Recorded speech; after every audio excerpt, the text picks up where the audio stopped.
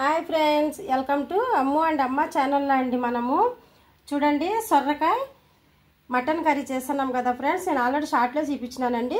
ఇప్పుడు కర్రీ తయారు చేద్దాం రండి ఫ్రెండ్స్. మీకు చూపిస్తున్నా కర్రీకి కావాల్సిన ఇంగ్రీడియంట్స్ అన్నీ పెట్టేసినాం కదా మనము. చూడండి ఫ్రెండ్స్, కర్రీకి కావాల్సినవి నేను అర్ధ కేజీ మటన్ బాయిల్ చేసుకున్నానండి. కొంచెం సాల్ట్, పసుపు, కొంచెం కారం వేసుకొని చిటికెడు కొంచెం కుక్ చేసుకొని పక్కన పెట్టుకున్నానండి. చూసారు కదా, చిన్నది సొరకాయలో సగము తీసుకున్నా. ఇలా లేత సొరకాయ అయితే తీసుకోవాలా, గింజలు లేదైతే బాగుంటుంది. గింజలు ఉన్న కూడా బాగానే ఉంటుందండి. నేను లేతది తీసుకున్నా, సగం సొరకాయ తీసుకున్నా. చిన్నవి 3 టమాటాలు, హాఫ్ కప్పు పెరుగు, పెరుగులోనే ఒక చెక్క 2 లవంగాలు వేసుకోవాలండి, బాగుంటుంది. ఎన్టీఆర్ మసాలా అండి, మటన్ మసాలా తీసుకున్న 2 స్పూన్లు, కారము, ధనియాల పొడి అండి, ఇంకా 2 స్పూన్ల అల్లం వెల్లుల్లి పేస్టు, కొంచెము కొత్తిమీర, ఒక 2 ఆనియన్స్, ఒక పచ్చిమిర్చి అండి. ఇంకా మనము సాల్ట్ కూడా వేసుకోవాలా. ఇక్కడ పెట్టలేదండి. రండి ఇంకా మనము కర్రీ అయితే రెడీ చేసేద్దాము. ఆయిల్ పెట్టేసుకున్నాం మనం ఆల్రెడీ. చూడండి ఫ్రెండ్స్, ఆయిల్ అయితే పెట్టేసుకున్నాం కదా. ఇప్పుడు ఆనియన్స్ వేసేసుకుందామండి.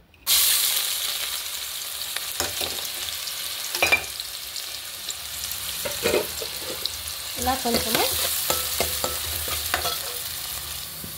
చూడండి ఫ్రెండ్స్, ఆనియన్స్ ఇలా బ్రౌన్ కలర్ వచ్చినాక మనము ఇప్పుడు అల్లం వెల్లుల్లి పేస్ట్ అయితే వేసేద్దాం. 2 స్పూన్లు చూసారు కదా. ఇలా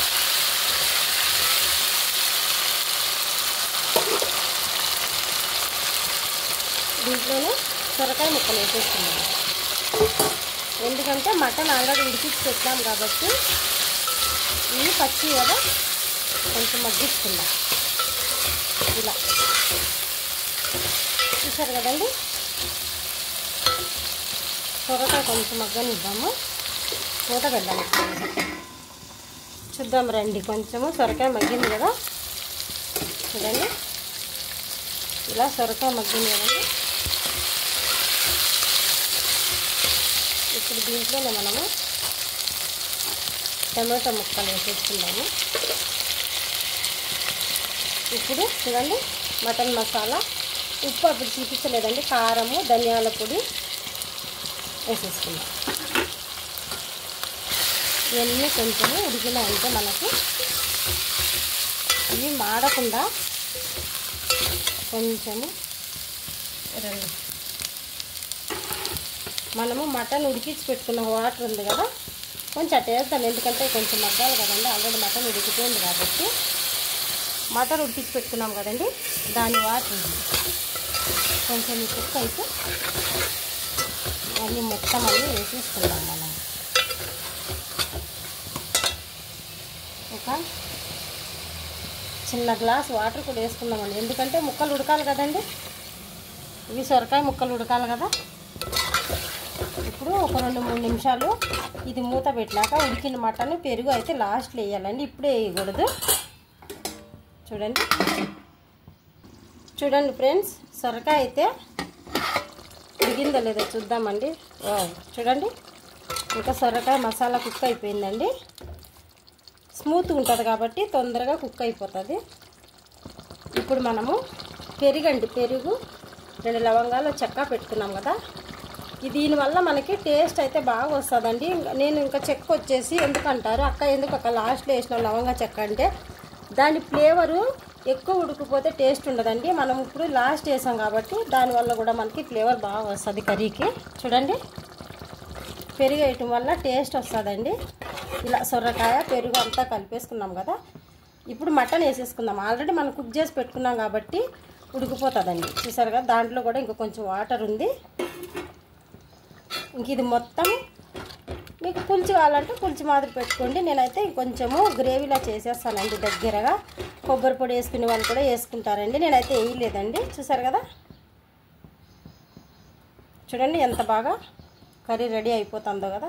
ఇంకా ఒక 10 నిమిషాలు అయితే ఉడకాలండి, మూత పెట్టేద్దాం. మళ్ళీ ఇంకా రెడీ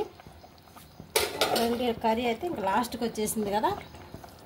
కొత్తిమీర వేద్దాము కొంచెము, ఇంకా మూత పెట్టేసి ఒక 10 నిమిషాలు ఉడికిచ్చేసుకుంటే రెడీ అయిపోతుంది. చూద్దాం ఫ్రెండ్స్ కర్రీ. కర్రీ అయితే రెడీ అయిపోయిందండి, పువ్వులు వచ్చేస్తుంది కదా. క్లోజ్ చేసేద్దాము.